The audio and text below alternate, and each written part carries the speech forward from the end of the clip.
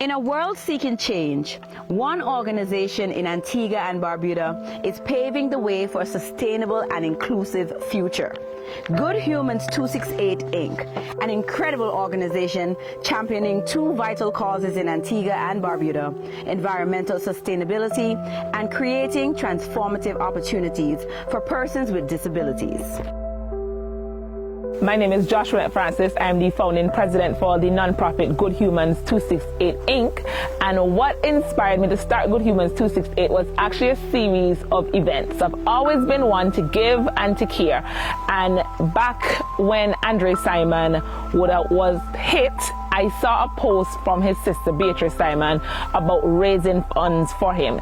So I sent a message into the Orion AY chat. I sent a message into the All Saints Secondary School chat, 5 a.m. hikers, and I also sent a message to Wallens Nature Reserve about doing 4 different fundraising activities for him. It actually blew up into something way bigger than I anticipated, and my attorney at the time, Dane Hamilton, said that we should formalize our efforts. So the name of the gospel concert is actually Each One Reach One, and that was going to be the name for Good Humans. But after lots of consideration and contemplation, we came up with Good Humans 268. So Dane Hamilton is my attorney because I was terminated from one of my jobs because I have osteoarthritis. It's predicted by 40, I'm 30 now. The cartilage in my knees are going to completely fail. So I was fired, and then I learned about the Disability Act that was passed in 2017. The act is there, but it's not enforced because there's not a tribunal. So there was Andre Simon, there was my personal legal battle. It all came together as Good Humans 268. So I called my friend Catherine, and she's like, I need 3 people to do this with me because nonprofits can't be registered as one person. I called my sister Viola Francis, and I'm like, okay, the 3 of us together, we're gonna start this. And then we got Michelle Toussaint on board, and there was a lot of formal things that had to be done. We had to get bylaws, we had to go through an attorney. We actually started the registration process August 2022, and we weren't officially registered until June 2023. The mission and core values of Good Humans 268 is to create golden opportunities for individuals with disabilities through sustainable farming, community outreach, and climate action. So the idea surrounding all of our programs are to create jobs for individuals with disabilities. When we say golden opportunities, we want to give them jobs, cars, land, home, savings. Once we're able to give them a job, that means they get a bank account, and from you get a bank account, you're able to change the trajectory of your life. So I love to tell people on days that I'm really tired or feeling defeated, there is a child in Potter's Primary, her name is Diana. When we initially did our school tour, there was no accessible bathroom. And after lobbying and talking a lot, there is now an accessible bathroom at Potter's Primary. But the work doesn't end at an accessible bathroom. There's need for a ramp to grade 6, and now we have to talk about what happens when she gets to secondary school. When she becomes an adult, can she get a job? Can she have kids? What's gonna happen? So for us, the idea is to pave the way for individuals with disabilities. And it's only gonna happen when we create the doors. The doors aren't open. So at this point, we need to build the plane and we need to build a boat so we can ensure individuals with disabilities have a normal life and contribute to society. One of the biggest challenges we face is finance. Everything costs money. So garbage bags are $260 per case. We need gloves, we need water, our truck needs fuel. So we got grant funding for $98,000 from Jeff Small Grants and Sandals Foundation to get the program off the ground. And with grant funding, they give you funds to purchase the infrastructure to get you off the ground. So we got money to purchase the barrels. Now we need to ensure we can consistently empty the barrels and we can come to our facilities and sort them. And that is our biggest challenge, and hence we did our 321 Impact Drive walk, and we're just now getting the public to help us to ensure we can survive for the next few months and the next few years, to be honest. To date, we have implemented our student community service program. So the program is designed to ensure students from 5, kindergarten, to 16, 5th form, 12 years of us going to schools, and we're going to teach them to volunteer, recycle, and plant trees. We got funding for recycling. So recycling has truly taken more of our time, our efforts and everything. And the idea is that someone with a disability is going to get a job to come to our facilities to sort the contents, to wash the contents, and then have them moved to their final destination. So the plastic bottles go to the Antigua and Barbuda Waste Recycling Corporation. The cans go to Wills Recycling, and our bottle caps are now going to Wish Foundation.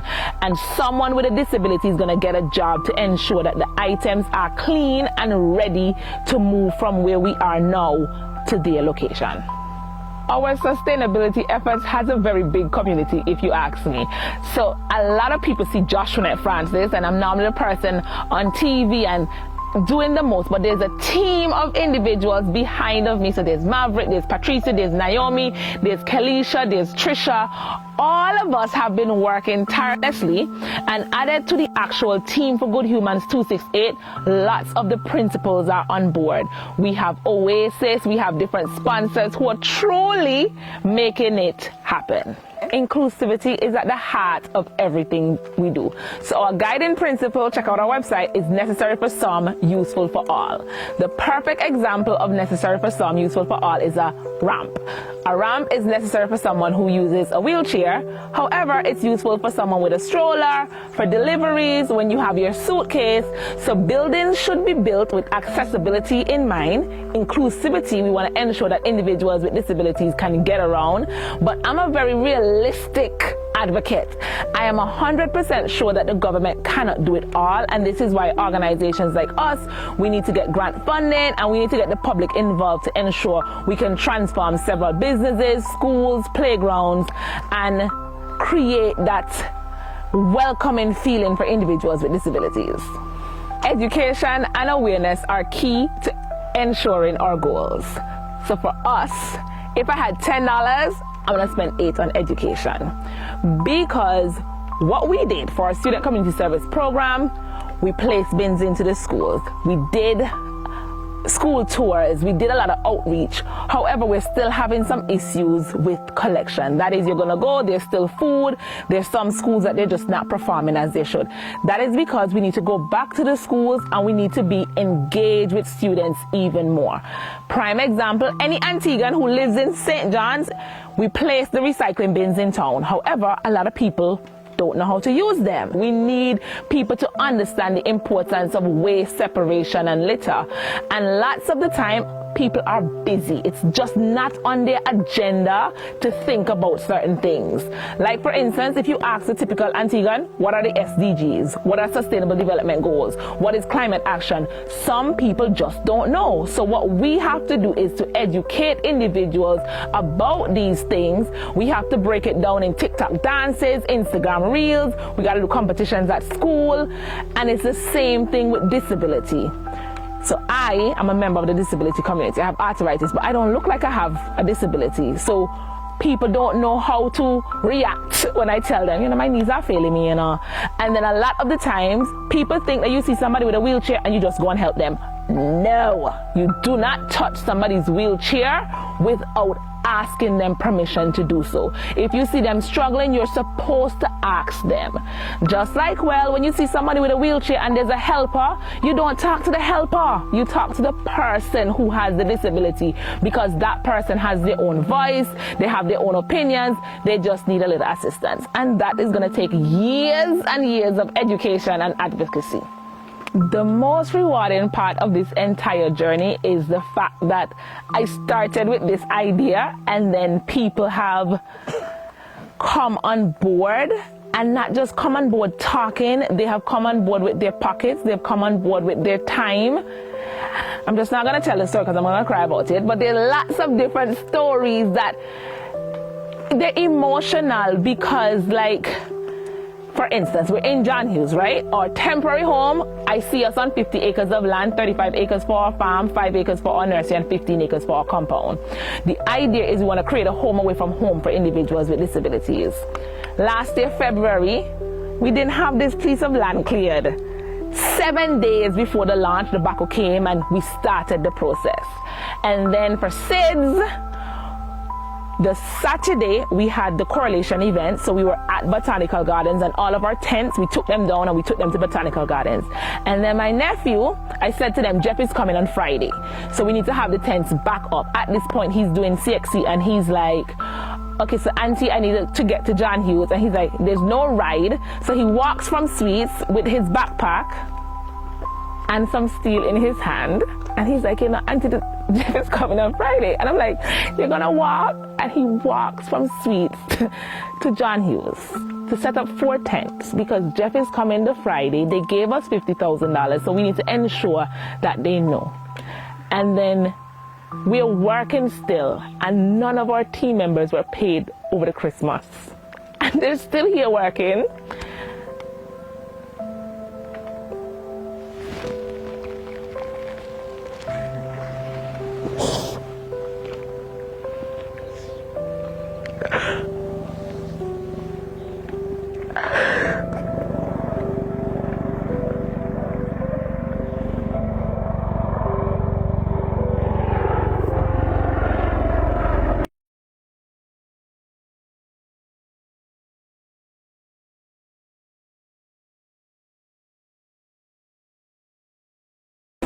Okay, we're back.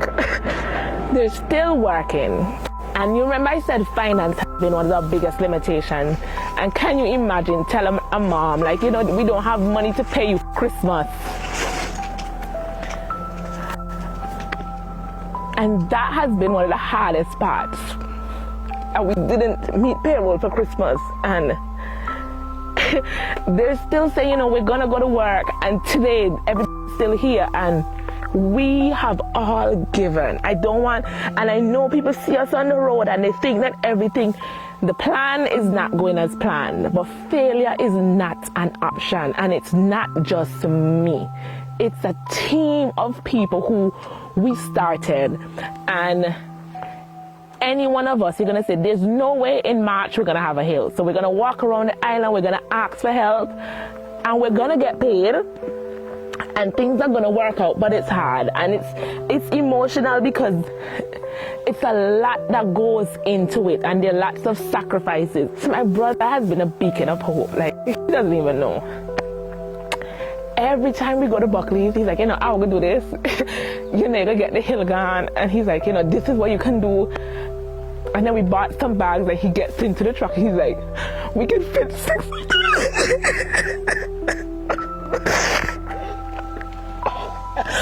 And every time I need help, every time. And sometimes it's not even financial help. It's just that little motivation. What you're doing makes sense. You're going to get past this. And he says, load the truck and go. There's been a team. Long and short of all of this. And it's emotional because I know there have been a lot of people giving, a lot of us, and it's financial giving, time giving. When we were walking around the island, all of us were on the road for 10 hours. There's been days, it's like we're out of money, but we're gonna all eat from one tiny plate because no matter what, failure is not an option. And this is why I say now, a lot of people see us and it's not all glitz and glams, but I'm not one to complain. So you're not going to see us, but I can tell you, it has been a lot of sacrifice. And if I was to give you story after story after story, you would probably be in tears because you cannot believe what we have been able to accomplish with limited resources. Our long-term goals is 50 acres of land.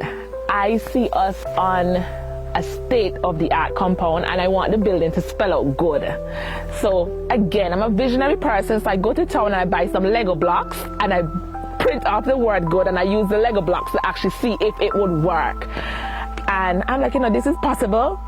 And Sandals Foundation, I have this crazy idea to spell out a building, and we applied for funding and they're going to give us funding to put our first building down this year. However, we need land. And I remember saying, even if the government doesn't give us land, I'm going to find some money, I'm going to buy 15 acres. I want to be on 50 acres because I think 35 acres should be just for farming. Farming is going to give us that revenue stream that we're not going to be having this conversation about finance. Because when we plant guava, I want to do guava cheese, guava wine. I want to do the same thing with mango. Everything that we produce on our farm, we should be able to do 3 things with it. And that means we're giving individuals jobs in different arenas. If and when our program is completely functional, there's this parent I met at 5 Islands. Her daughter, she has to take her daughter to a nursing home. Her daughter is 28. And there's nobody else or no other facilities on island. So she goes to work and she takes her daughter to the nursing home. Anson, pretty sure a lot of individuals with disability know Anson. He's now outside of Epicurium. He passed. And my last conversation with Anson, he's like, Joshua, you know how depressing it is to live in a nursing home? Like one young man like me and me just, I'm just like, I want to get to the place where we have housing, where even if it's not permanent, there's going to be a place that you can take your children. And then there's Mary. Her daughter went to Adele, but her daughter has now outgrown Adele, and there's no place for her daughter to go. So there are days like you have to find some place or somebody to look after her. And I said, if we get a building or buildings, they can come and spend the day with us. It becomes a home away from home. And I'm pretty sure if you talk to some parents who have children who are disabled, their request is that their children die before them. Reason being, there is nothing in place to ensure that they can survive after their parents die, because the system isn't built that way. But I believe we have to create that door. We have to be the ones to be like, what happens when a parent dies? We have a contingency plan. The census is actually happening.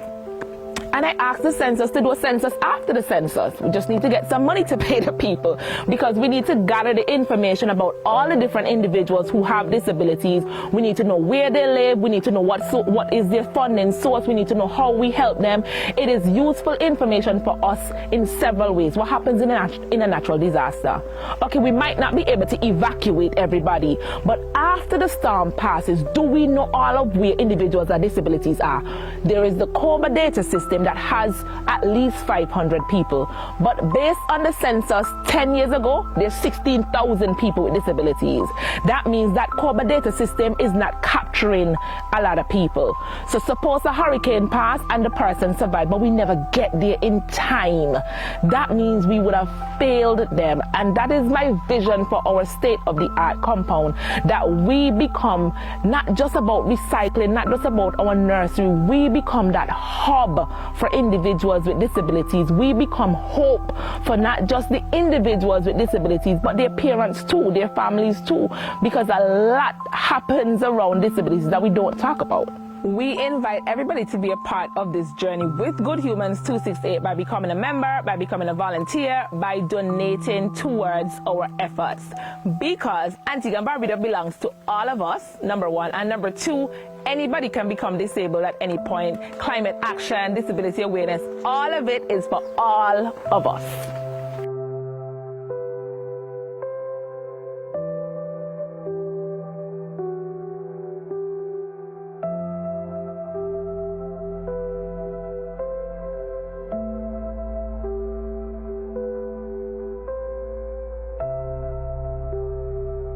Awesome.